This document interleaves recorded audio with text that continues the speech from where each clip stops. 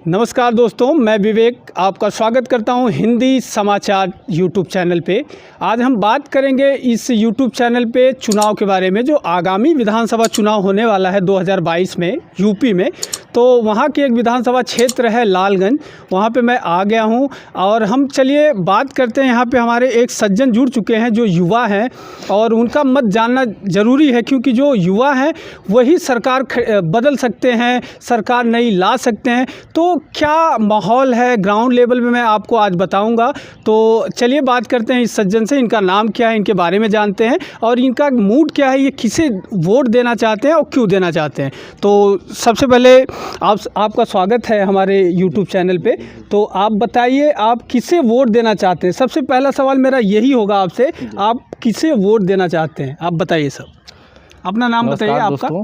मैं रजत दीक्षित लालगंज उत्तर प्रदेश के लालगंज विधानसभा से बिलोंग करता हूं और मैं भारतीय जनता पार्टी को आने वाले विधानसभा चुनाव में अपना मत, अपना वोट और अपना ही नहीं, अपने से जुड़े जितने भी लोग हैं, अपने क्षेत्र के लोग, अपने लोग जितने भी दोस्त हैं, रिलेटिव हैं, अपने परिवार के लोग हैं, सबसे यही निवेदन करूंगा कि आने वाले विधानसभा चुनाव में आप भाजपा को वोट दीजिए और ज़्यादा से ज़्यादा वोट दीजिए और योगी जी का और मोदी जी का हाथ मजबूत करिए। और इस देश का, इस प्रदेश का विकास कोई कर सकता है तो भारतीय जनता पार्टी कर सकती है। इस चीज़ से मैं आपको आश्वस्त करना चाहता हूँ। रीजन जान सकता हूँ, आप बीजेपी को क्यों, बीजेपी ही क्यों आए सरकार में? पहले भी सरकार उन्हीं की है अभी यहाँ पे। तो आप क्या बात करना चाहेंगे इसके बारे में, बताइए। उनकी जो सरकार अभी चल रही है उसके बारे में कुछ बताइए। क्या आपको लाभ मिला या प्रदेश में क्या चेंजेस हैं, सब कुछ बताइए उसके बारे में आप। जैसा कि मैं आपकी जानकारी के लिए आपको बता दूं कि भारतीय जनता पार्टी 14 साल का वनवास था उत्तर प्रदेश में। आपको बता दूं 14 साल के बाद भारतीय जनता पार्टी की सरकार बनी है उत्तर प्रदेश के विधानसभा चुनाव में। और पिछले 4.5 साल का मैं रिकॉर्ड बता दूं, हम अपने आजमगढ़ ज़िले की बात बता रहे हैं आपसे। आजमगढ़ ज़िले की एक पहचान जो है हमारे प्रदेश में, हमारे देश में ऐसी थी कि एक माफिया, एक जो है बाहर माफिया राज, जी बिल्कुल। और बाहर हमारे युवा, हम जैसे युवा बाहर जाते थे तो हमें एक कमरा तक नहीं मिलता था। दिल्ली हो शहर हो, मुंबई शहर और कलकत्ता, जी बंगाल हो, चेन्नई हो, पंजाब हो, हरियाणा, कहीं भी हमें एक स्थान तक नहीं मिलता था, सिर्फ आजमगढ़ के नाम से। ये इतनी छवि खराब थी। किसकी देन है आप बताइए? भारतीय जनता पार्टी ने 4.5 साल में इस चीज़ को परिवर्तन किया है। आज आजमगढ़ की छवि अलग। आज आप आजमगढ़ में चल के देख लीजिए, मेडिकल कॉलेज बन रहा है। आज आजमगढ़ विकास के पथ पर आप देख लीजिए, हर एक रोड कनेक्टिविटी कितनी अच्छी हो रही है। आप चले जाइए, इलाहाबाद से लेकर के गोरखपुर तक एक्सप्रेसवे बन रहा है, स्टेट हाईवे। उसके बाद बनारस से लेकर के गोरखपुर तक, आजमगढ़ से होते हुए पूर्वांचल एक्सप्रेसवे जो है लखनऊ से लेकर के गाजीपुर तक बन रहा है। आजमगढ़ को जोड़ा जा रहा है प्रदेश से और देश से, राजधानी से। आजमगढ़ का विकास बहुत अच्छा हो रहा है प्रदेश सरकार में। और आपसे बता दूं, इससे पहले की सरकारें, चाहे वो मुलायम सिंह जी की रही हो, चाहे मायावती जी की रही हो, उस टाइम पे एक आजमगढ़ की छवि ऐसी थी कि कमरा तक नहीं मिलता था। हमारे युवा इतने परेशान थे इस चीज़ को लेकर। कुछ लोगों ने अपने राजनीतिक लाभ के लिए हमारे आजमगढ़ को इस तरह से बना दिया था, ऐसी छवि थी। लेकिन आज कहीं ना कहीं हमें सम्मान की नज़र से देखा जाता है और ये कुछ परिवर्तन हुआ है, बहुत ज़्यादा तो नहीं लेकिन कुछ परिवर्तन हुआ है हमारे आजमगढ़ को लेकर के। और सबसे बड़ी चीज़, अब आप जिले से हट के अब मैं आपको प्रदेश की तरफ लेके चलता हूँ। पहले मैं आपसे पूछना चाहूँगा, जब पिछली बार विधानसभा का चुनाव था 5 साल पहले जी, तो ढेर सारी प्रॉमिस की गई थी, हम जॉब दिलाएंगे सबको चीज़ें लाभ बताई गई थी उनको। वो सब क्या मिला है ग्राउंड लेवल पे? मैं ग्राउंड लेवल से आके आपको बता रहा हूँ, पूरा कवरेज कवर करूंगा मैं, गांव जाके पूरी तरह से। तो आप बताइए, क्या कुछ भी लाभ मिला है आपको? लाभ के बारे में बताइए, जो आप अभी बता रहे हैं कि बीजेपी को ही वोट दें, सबको बता रहे हैं आप, तो बताइए आप लाभ के बारे में। देखिए, मैं आपको बता दूं भारतीय जनता पार्टी के बारे में। भारतीय जनता पार्टी एक ऐसी पार्टी नहीं है जो क्षण मात्र का लाभ दे और गुमराह करे। ये पार्टी जो है आप बता दें, दुनिया की सबसे बड़ी पार्टी है भारतीय जनता पार्टी। 10 करोड़ सदस्य हैं। चीन की एक रिपब्लिकन पार्टी है, उसके पहले अमित शाह जब राष्ट्रीय अध्यक्ष नहीं थे, तो उसके पहले चीन की एक पार्टी। आज भारतीय जनता पार्टी 10 करोड़ ज़मीन पर रहने वाली पार्टी है, आपसे बता रहे हैं। और इसमें लाभ की बात, हम या भारतीय जनता पार्टी के लोग ऐसे नहीं है जो आपको लैपटॉप दे देंगे या ऐसा कुछ स्कीम दे देंगे जिससे कि आपको क्षणिक मात्र लाभ हो और आप गुमराह हो जाएं। मैं आपको कट कर रहा हूँ। अभी ये लैपटॉप और फ़ोन देने की बात चल रही है, भारतीय जनता पार्टी ही ऐसा कर रही है। अभी आप बता रहे हैं कि लैपटॉप भ्रमित कर रहे हैं, तो आप बताइए इसके बारे में। आ रहा हूँ वहीं पे आ रहा हूँ। जब अखिलेश जी की सरकार थी तो सबको लैपटॉप मिला, उसका प्रयोग किस तरह से हुआ सब प्रदेश की युवा जानते हैं और सब लोग जानते हैं। हाँ, आज भारतीय जनता पार्टी लैपटॉप दे रही है, टैबलेट दे रही है, फ़ोन दे रही है। जो जिस योग्य है उसको टैबलेट, जो जिस योग्य उसको फ़ोन। टेक्निकल क्वालिफिकेशन जो पढ़ाई कर रहे हैं टेक्निकल, जैसे कि आपका हो गया बीटेक हो गया, पॉलिटेक्निक हो गया, इसमें आपको मिलेगा टैबलेट। और जो एकेडमिक क्वालिफिकेशन, जैसे कोई ग्रेजुएशन कर रहा है, पोस्ट ग्रेजुएशन कर रहा है, पीजी कर रहा है, बीएससी कर रहा है, एमएससी कर रहा है, जो भी अपनी पढ़ाई लिखाई, उसमें आपको मिल रहा है फ़ोन। तो भारतीय जनता पार्टी अब सबसे बड़ी चीज़ आपको बता दें, वो सब छोड़ी, ज़मीनी हकीकत बता दें आपको। किसी भी प्रदेश का लाभ और किसी भी एक गांव से ले आप प्रदेश तक कहीं भी किसी भी चीज़ विकास आपकी रोड कनेक्टिविटी से होता है। अगर आपका साधन है तभी आपका विकास है। कहीं भी आप देख लीजिए, किसी गांव को उठा लीजिए, किसी प्रदेश को उठा लीजिए। और भारतीय जनता पार्टी प्रदेश में ये भारत माला योजना हमारे अटल बिहारी वाजपेयी जी की थी। आप प्रदेश में उठा के देख लीजिए, रोड कनेक्टिविटी इतनी अच्छी आज के डेट में हो रही है। और ये देखिए बुनियादी ढांचा है, इतने जल्दी ये जादू की छड़ी नहीं कि कोई घुमा दिया और रोड बन के तैयार हो गया, इसमें समय लगता है। 4.5 साल में आपने प्रदेश की सरकार को नीयत तो देखिए। आप देख लीजिए, आप उत्तर प्रदेश में आए होंगे 4.5 साल पहले की रोड कनेक्टिविटी, आज आपको चेंजेस दिख रही होगी, है कि नहीं है? जरूर है, बिल्कुल। तो आज देखिए, कहीं भी विकास, किसी भी क्षेत्र का, किसी भी प्रदेश का विकास रोड की वजह से होता है। आज रोड सबसे पहले सरकार, वही आपसे मैं कह रहा हूँ ना कि ये जो है क्षणिक मात्र लाभ देने वाली सरकार नहीं है, ये लॉन्ग टाइम चलने वाली सरकार है। और इसका अब रोड कनेक्टिविटी अच्छी हो गई। अब बात आई रोजगार की। अब आज रोड कनेक्टिविटी अच्छी होगी। मैं कट रहा हूँ। सबसे बड़ा मुद्दा है बेरोजगारी। बेरोजगारी क्या दूर हुई है इस 5 साल में? यहाँ तक कि मोदी जी प्रधानमंत्री हैं पिछले 7-8 साल से, 7 साल से, तो उनके उनका सफ़र रहा है, उसमें क्या बेरोजगारी कम हुई है? पहले तो बहुत ढेर सारी प्रॉमिस करते थे हमारे प्रधानमंत्री नरेंद्र मोदी जी, तो क्या उसमें कुछ सफल हुए वो बेरोजगारी को दूर करने में? जैसा कि आपको जानकारी के लिए बता दें कि 2 साल लॉकडाउन था। इंडिया ही नहीं, पूरा, आपको बता दें, पूरा देश, पूरा प्रदेश और पूरा विश्व परेशान था। अमेरिका तक, जो के पास सुपर पावर है, वो भी इस त्रासदी का शिकार बना।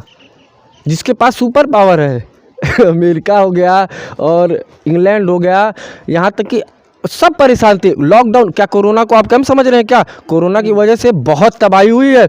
और कहीं ना कहीं इस कोरोना टाइम में प्रदेश सरकार ने जनता को मुफ्त में राशन दिया, वो राशन डबल राशन दिया। ये इसको आप कम समझ रहे? 1 साल तक आपको मुफ्त राशन मिला है। रोजगार की बात आप छोड़ दीजिए, जान बचाना मुश्किल था उस टाइम पे। आपसे बता दें, इसी गांव की हाल 26 चुनाव के, विधानसभा चुनाव के बाद, यहाँ पंचायत चुनाव थी, उसके बाद की कंडीशन ये थी कि हर घर से 2-3 लोग कोरोना पॉजिटिव आ रहे थे। उस टाइम ये कंडीशन थी। तो एक बार, तो इस तरह से फिर मैं आपको कट कर रहा हूँ। जो भाजपा की सबसे बड़ी उपलब्धि मैं मानता हूँ, माफ़ी चाहूँगा, मैं एक बार फिर से आपको कट कर रहा हूँ। जो ग्राम सभा चुनाव था, प्रधानी का चुनाव था गांव-गांव में, उसको रोक भी सकते थे हम। जब कोरोना पीक पे था अपने, तब ये डिसीजन आया कि ग्राम पंचायत चुनाव होगा, उसे रोक भी सकता था। कहीं वो सरकार की चूक तो नहीं थी? देखिए, उसमें सरकार की चूक नहीं है। इसमें हम इलाहाबाद कोर्ट में एक जो है अर्जी डाली गई थी कि इसको रोक दिया जाए, पंचायत चुनाव को रोका जाए। लेकिन उस टाइम पे कोविड बहुत एक्टिव नहीं था, कोविड का संक्रमण बहुत एक्टिव नहीं था। तो ये हुआ कि चुनाव करा लिया जाए, चुनाव हो गया। लेकिन चुनाव के बाद की जो स्थिति उत्पन्न हुई वो बहुत ही भयानक थी, बहुत ही भयानक थी, बहुत ही जो है उससे प्रदेश सरकार, अब देखिए समस्याएं हैं, कोई एक्सीडेंट हो जा रहा है, आप रोड पे जा रहे हैं, आपका एक्सीडेंट हो जाए तो उसके लिए गवर्नमेंट क्या कर सकती है, ये सब तो त्रासदी है, ये सब तो एक समझ लीजिए कि वैश्विक त्रासदी है, इसको नहीं रोका जा सकता है और ना ही इसको किसी समय में रोका जा सकता है। तो विधानसभा चुनाव पंचायत चुनाव हुआ और होना भी था, करवाना था प्रदेश सरकार को, संपन्न हुआ बहुत अच्छे तरीके से। थोड़ा कोविड का चक्कर प्रॉब्लम हुई, कोविड की वजह से, संक्रमण की वजह से, लेकिन फिर भी प्रदेश सरकार और हमारे माननीय योगी जी द्वारा जो है सब कुछ अच्छे तरीके से संभाला गया और देखा गया और लास्ट में सफलता मिली हम लोगों को। तो सब बात करके मैं फिर मुद्दे पे आना चाहूँगा कि जो आगामी चुनाव आने वाला है, आप बता रहे हैं बीजेपी को वोट दें। बिल्कुल ठीक है, आपके बातों से लग रहा है कि आप बीजेपी के पक्ष में हैं, बीजेपी आपके नज़र में अच्छा है। तो अखिलेश सरकार को क्यों ना वोट दें, मायावती को क्यों वोट ना दें, बसपा सपा कांग्रेस को क्यों वोट ना दें, आप बताइए। सबसे बड़ी पार्टी यूपी में कौन सी है अभी? सबसे बड़ी पार्टी आपको बता दें कि उत्तर प्रदेश में अभी तो भारतीय जनता सरकार, भारतीय जनता पार्टी के, तो उसके बाद दूसरा नंबर क्या? हाँ, उसके बाद श्री अखिलेश यादव जी हैं जी, समाजवादी पार्टी के, और काफ़ी लोग इनको सुनने के लिए आ रहे हैं, लेकिन ये आपसे विश्वास दिला रहे हैं कि ये बस इनको सुनने के लिए आ रहे हैं, देखने के लिए आ रहे हैं, इस चीज़ को आप वोट में कन्वर्ट नहीं कर पाएंगे। अच्छा, जो उनकी रैलियां हो रही हैं, जो भीड़ वहाँ पे आ रही है, उमड़ रही है, उससे आप बता रहे हैं बस उनको सुनने के लिए जा रहे हैं, देखने के लिए, उनको देखने के लिए आ रहे हैं, वोट देने का मन नहीं है उनको, अखिलेश जी को नहीं, बिल्कुल। तो इस चैनल पे नहीं कर पाएंगे। इस चैनल पे मैं आपको बताऊंगा, ग्राउंड लेवल पे जाके, गांव जाके आपको पूरी तरह से बताऊंगा कि कौन किसको वोट देना चाहता है। तो आप बताइए सबसे पहले, अखिलेश जी को क्यों वोट नहीं देना चाहते? उन्होंने भी तो ढेर सारा काम किया, उन्होंने भी तो रोड बनवाया, पहला रोड उन्होंने ही बनवाया था, मुझे याद है, जहाँ पे आप एरोप्लेन लैंड कर सकते हैं। जी जी जी। तो आप बता रहे हैं अब कनेक्टिविटी अच्छी हो रही है। तो यूपी में शुरुआत तो अखिलेश जी ने ही किया था रोड की, अपना जो है इनका है। और तो बताइए इनके बारे में। योगी जी का, जी सबसे पहले मैं आपको बता दूं, अखिलेश यादव की सरकार में जातिवाद चरम पर रहता है। आपसे बता दें, आप रिकॉर्ड उठा के चेक कर लीजिए, उत्तर प्रदेश जब अखिलेश यादव जी की सरकार थी उस टाइम पे, आपसे बता दें 12 से 17 के बीच में एक वैकेंसी आई थी पुलिस में, कांस्टेबल की, उसमें आप उठा के रिकॉर्ड चेक कर लीजिए, 75% एक जाति वर्ग को उसमें जो है सेलेक्ट किया गया। जी। जातिवाद चरम पे था। और माननीय शिवपाल यादव जी को, वो उनके द्वारा जो है ये जातिवाद और करप्शन, मतलब ये समझ लीजिए कि पैसा ले करके एक जाति वर्ग को सिर्फ और सिर्फ नौकरी दी गई है। बीजेपी सरकार को भी लोग ऐसा ही बोलते हैं कि ये जो कि एक तो सबसे बड़ी बात है कि बीजेपी सरकार को लोग बोलते हैं ये हिंदूवादी पार्टी है, और दूसरा ये कि बड़ी जाति को लेके चलते हैं साथ, जैसे कि ब्राह्मण हो गए, क्षत्रिय हो गए, तो ये भी तो जातिवाद ही होता है। जी, आपको बता दें आपकी जानकारी के लिए, यह एक सिर्फ और सिर्फ जुमला है, एक जो है धारणा है लोगों की, ये गलत है। आप बता दीजिए, अगर बिजली आ रही है तो क्या मुसलमान के घर में नहीं आ रही है? बताइए। अगर पानी मिल रहा है तो क्या मुसलमान के घर में नहीं मिल रहा है? रोड अगर बन रहा है तो क्या उस पर मुसलमान नहीं चल रहा है? या आवास मिल रहा है तो क्या मुसलमान को नहीं मिल रहा है? या राशन मिल रहा है तो मुसलमान को नहीं मिल रहा है?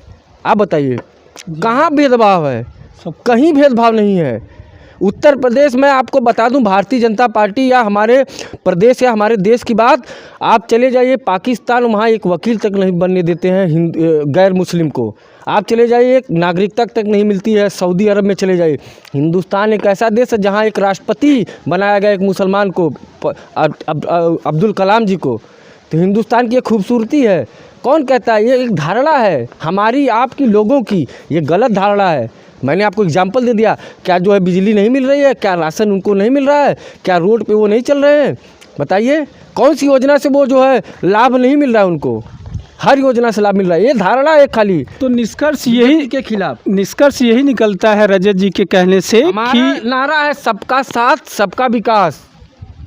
ये हमारा नारा है, ये हमारे नेता नरेंद्र मोदी जी ने जो नारा दिया इस पे को लेकर चलते हैं, इस पे हम लोग चलते हैं, सबका साथ सबका विकास। ये हमारे विपक्ष के लोग, कुछ लोग ऐसी धारणा बना दिए हैं। आप बता दिए विधानसभा चुनाव 2017 की बात बता रहा हूँ आपसे, उस टाइम पे जब 17 की नहीं 4.5 साल पहले की बात बता रहा हूँ आपसे, यही धारणा थी। अखिलेश यादव, योगी जी की ऐसी धारणा छवि थी कि ये बन जाएंगे तो मुसलमानों को ये कर देंगे, वो कर देंगे, ऐसा हो जाएगा, वैसा थी कि नहीं थी? आप देख लीजिए। लेकिन आज 4.5 साल हो गया, बता दीजिए कहीं जातिवाद, कहीं भेदभाव मुसलमानों के साथ हुआ हो, कहीं भी कहीं उनके साथ अन्याय हुआ हो? ऐसा कुछ नहीं है। एक धारणा बनाई गई विपक्ष के द्वारा खाली गुमराह करने के लिए जनता को, हमारे मुसलमान भाइयों को, बस एक धारणा है, आपको बता दे रहे हैं। तो रजत जी से बात करके निष्कर्ष यही निकला है कि इस बार फिर से बीजेपी सरकार 2022 में कहना चाहता हूँ। जी जरूर बोलिए। देखिए, मैं आप लोगों सबसे निवेदन करता हूँ, पूरे प्रदेश से निवेदन करता हूँ, पूरे अपने विधानसभा के लोगों से, अपने लोगों से, कि आप लोग आने वाले विधानसभा चुनाव में भाजपा को वोट दीजिए और योगी जी और मोदी जी को मजबूत करिए। लखनऊ का जो है रास्ता, लोग कहते हैं दिल्ली का रास्ता लखनऊ से होके जाता है।